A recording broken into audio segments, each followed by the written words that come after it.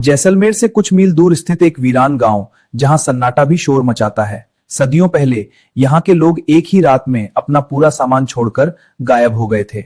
लोग कहते हैं कि जाते जाते उन्होंने इस जमीन को श्राप दिया था कि यहाँ फिर कभी कोई बस नहीं पाएगा। एक बार एक घुमक्कड़ लेखक ने तय किया कि वह उस खौफनाक सन्नाटे के पीछे का सच जानेगा।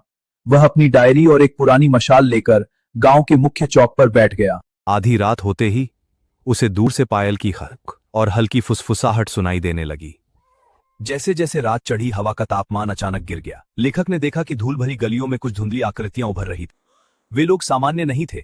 वे हवा में तैरते हुए अपने रोजमर्रा के काम कर रहे थे। कोई कुएं से पानी भर रहा था तो कोई अनाज पीस रहा था, लेकिन उनके चेहरों पर खौफ था।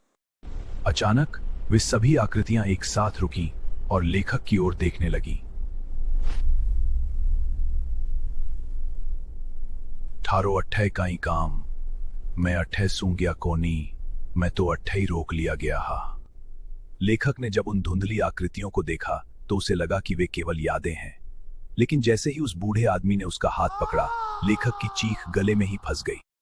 उसका हाथ बर्फ से भी ज्यादा ठंडा था और जहां उसने छुआ था वहां की खाल काली पड़ने लगी थी। अचानक गांव के उन खंडहरों से अजीबोगरीब आवाजें आने लगी। ऐसा लग रहा था जैसे दीवारों के भीतर कोई सांस ले रहा हो। लेखक ने अपनी मशाल जलाई, लेकिन आग की लौ नीली पड़ गई। उसने देखा कि जो आकृतियां पहले पानी भर रही थीं, अब वे धीरे धीरे उसकी ओर रेंग रही थीं। उनके पैर उल्टे थे और आंखों की जगह सिर्फ गहरा काला खालीपन था। बलि, हमें एक और बलि चाहिए ताकि हम इस कैद से छूट सके। लेखक भागकर एक पुरानी कोठरी में छिप गया, लेकिन वहां का नजारा और भी भयानक था।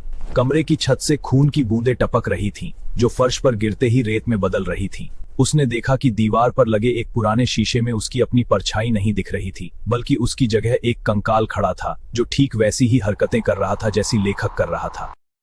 तभी उसे महसूस हुआ कि उसके पैरों के नीचे की जमीन हिल रही है। सैकड़ों हड्डियां जमीन फाड़कर बाहर निकलने लगी और उसके टखनों को जकड़ लिया। उन हड्डियों की पकड़ इतनी मजबूत थी कि मांस फटने लगा। सुबह जब सूरज की पहली किरण कुलधरा की रेत पर पड़ी तो वहां सन्नाटा पसरा था। गांव के मुख्य द्वार पर उस लेखक का सामान, उसका कैमरा, उसका थैला और उसकी डायरी बिल्कुल सही सलामत पड़े थे, लेकिन लेखक का कहीं नामो निशान नहीं था। पास ही की एक दीवार पर खून से एक नई इबारत लिखी थी।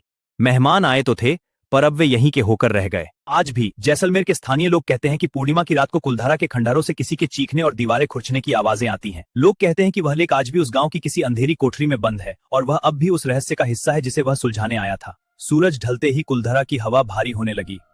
उस लेखक के गायब होने के ठीक 1 साल बाद उसका छोटा भाई, जो फौज में था, अपने भाई की तलाश में वहां पहुंचा। वह आधी रात को उसी कोठरी के पास पहुंचा जहां से उसके भाई का सामान मिला था। उसके पास एक आधुनिक फ्लैशलाइट थी जिसकी रोशनी दीवार पर पड़ी। वहां लिखे शब्द, मेहमान आए तो थे, पर अब वे यहीं के होकर रह रहे हैं, अब भी ताजा खून की तरह चमक रहे थे। अचानक उसे दीवार के भीतर से एक जानी पहचानी आवाज सुनाई दी। वह उसके भाई की धीमी, कांपती हुई आवाज थी। भाग जाओ, यहाँ वक्त रुक गया, ये हमें मारते नहीं, ये हमें अपनी परछाई बना लेते हैं। उसने गुस्से में आकर अपनी कुल्हाड़ी से उस पुरानी दीवार पर वार किया। जैसे ही पत्थर टूटा, अंदर से कोई धूल या मिट्टी नहीं बल्कि काली राख निकलने लगी। दीवार के खोखले हिस्से में उसका भाई खड़ा था, लेकिन वह इंसान नहीं। उसका शरीर पारदर्शी था और उसकी धमनियों में खून की जगह काली रेत दौड़ रही थी। जैसे ही उसने अपने भाई का हाथ पकड़ने की कोशिश की, पूरा गांव एक भयानक शोर से गूंज उठा। खंडहरों की टूटी हुई छतें खुद ब खुद जुड़ने लगी। जो गांव वीरान था वह अचानक 200 साल पुराने मंजर में तब्दील हो गया। गलियों में मशालें जल उठी और सैकड़ों लोग, जिनके चेहरों पर चमड़ी नहीं थी, उसे घेरने लगे। एक गया तो दूसरा आया। इस मिट्टी का कर्ज चुकाए बिना यहां से परिंदा भी पर नहीं मार सकता। फौजी भाई ने अपनी पिस्तौल निकाली, लेकिन गोलियां उन रूहों के सीने से पार होकर रेत में गिर रही थीं। उसने देखा कि उसका अपना शरीर भी धीरे धीरे धुंधला पड़ने लगा है। उसके हाथ के नाखून गिरने लगे और उनकी जगह नुकीले पत्थर निकलने लगे। उसने आखिरी बार चीखने की कोशिश की, लेकिन उसके मुंह से आवाज की जगह सिर्फ सूखी रेत निकली।